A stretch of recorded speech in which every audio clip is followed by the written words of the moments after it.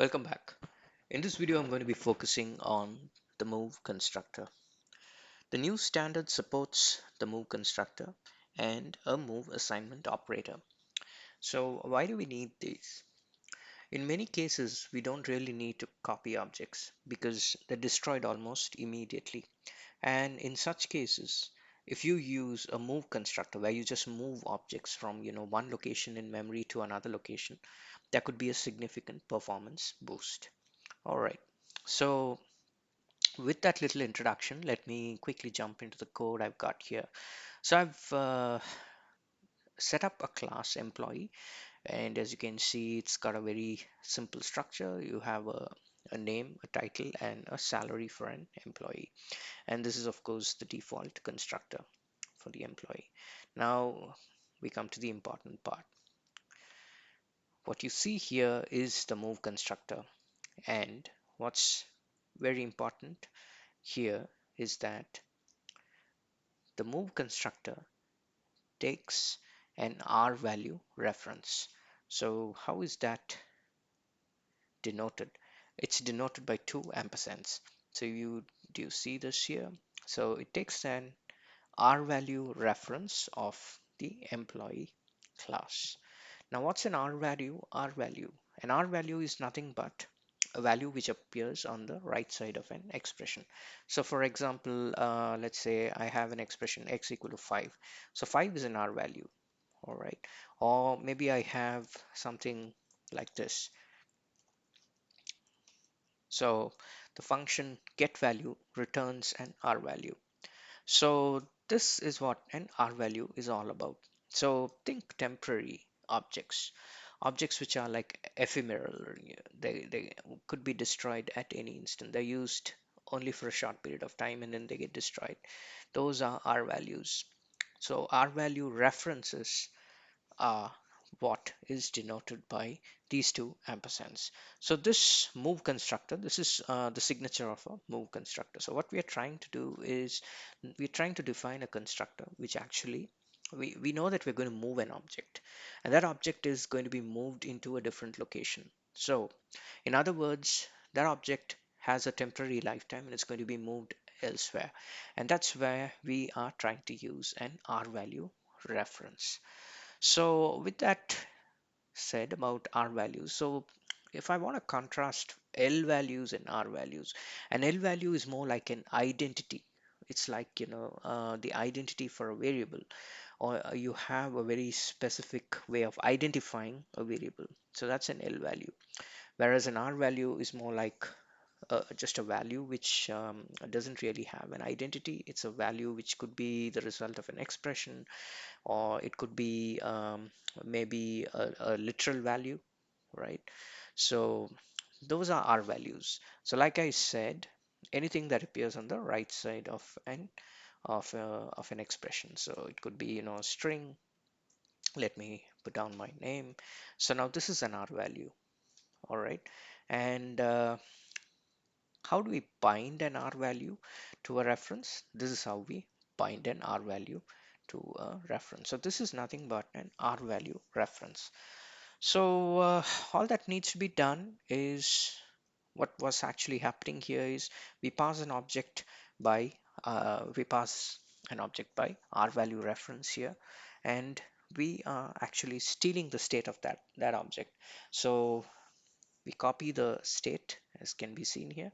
M dot name, M dot title, and M dot salary are copied to the current object, and then thereafter the moved object, the object from which you have moved uh, resources out, that object has to be left in a state which is valid.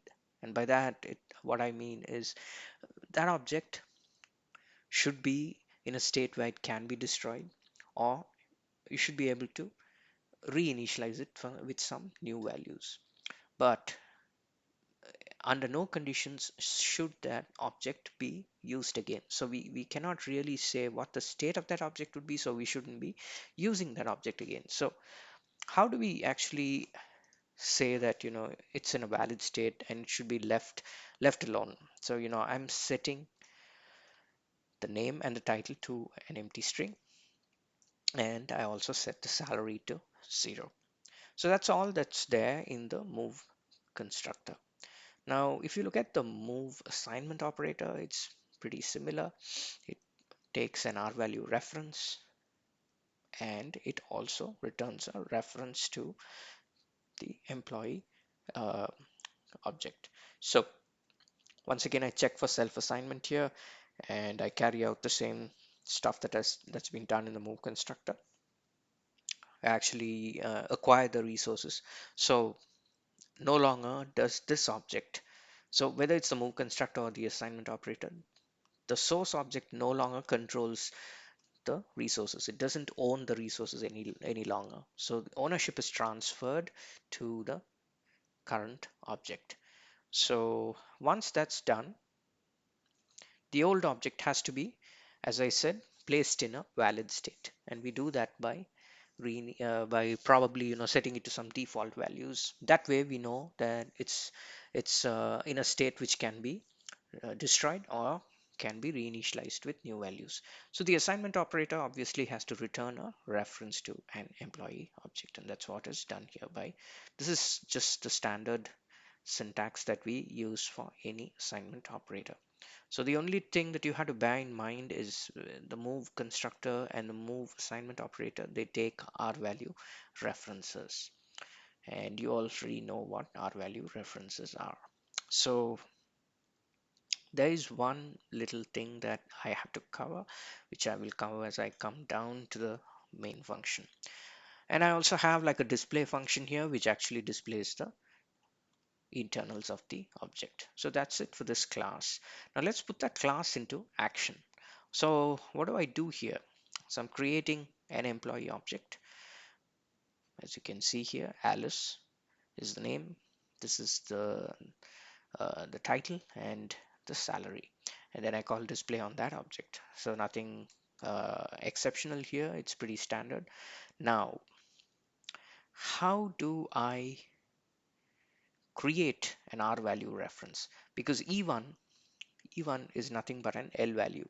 Now all I need to for instance, I cannot bind an R value reference directly to I cannot bind an R value reference to an L value, and E1 is an L value. So now once again the library provides a function called std move. Move, and move is a part of the standard library. Now, move generates an R value reference. So it knows that you want to actually move the contents of E1 to, it knows that it has to generate you want to generate an R value reference. So you're passing an L value to it and you're binding the R value reference to E1. Now, once you have this R value reference, so that's what is done here. As I'm creating another new object called E2, and I'm calling the move constructor. So to call the move constructor, I should be able to pass an R value reference, right? Because the move constructor takes an R value reference. So how do I get an R value reference? By using the move function. So once I use the move function, I get an R value reference, and that would ensure that the move constructor gets called. So thereafter I call display, and then I display the old object. You shouldn't be actually doing this because, like I said, once the object from which you have moved resources, once that object has been moved out or cleared out, it's in no fit state to be used again. So you shouldn't be making any assumptions about the moved out object. So you shouldn't be actually calling any function. So this is not recommended, but I've just put it in here to show you what would be the contents of the moved out object. Now let's run this code. Let me comment out this part for now. You don't need this. All right, so let me run that. So as you can see, I've set a breakpoint here and I'm calling e1.display. So that's the first object. So you got Alice, manager, and salary of 100.54. Now let's see what happens. You got the move constructor here, and like I said, I'm expecting the move constructor to be called. So let's see what happens here. Yep. So as you can see, the move constructor has been called because we are passing E1 using an R value reference. So that's why E1 gets passed here. So if you inspect this, as you can see, Alice manager is now being passed. It's actually an L value, but we have used the move function and now created an R value reference to it. And that's the reason why the move constructor gets called, because there's like a perfect match with the signature of the move constructor. So let's step through. And as you can see, the move constructor does its job. And now we call display on the new object. Right, and as you can see, E2 now has the value Alice manager and 100.54. Now let's see what the state of E1 is. So let's do display. As you can see, E1 has now been moved out completely. E1 has been cleared out. So all that we did here in the move constructor, we are setting it to an empty string. As you can see, name and title are empty and the salary is 0. So that's just to demonstrate to you what happens to the moved out object. So that's the move constructor. So we're done with that. Now let's see how the move assignment operator works. So let me uncomment out this portion of the code. As you can see, I'm creating an object E3 and I'm calling a display function on it. Now what I'm trying to do is I'm trying to create a R value reference to the E2 object, and I'm trying to assign that to E3. So basically E3 is getting overwritten with the contents of E2. So E2's contents are being moved into E3. That's about it. So what's going to happen? So you're going to be ending up calling the assignment operator, and the assignment operator which matches what's happening is this one, because we are passing an R value reference, right? So as you can see, the move assignment operator matches our operation here, because this is an R value reference and we are calling the assignment operator with an R value reference. So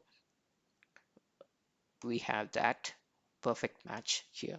Now I could always have an assignment operator, just a regular assignment operator, which takes only a single reference, right? Now, if I define this assignment operator, so this is not going to be a perfect match, because this is a regular L value reference. So that's the reason if you want to define a move assignment operator, you have to use an R value reference. So now let's see what happens here. Let me comment out let's see, what can I comment out? So E2, let's not comment out anything. Let's just run the code and see what happens.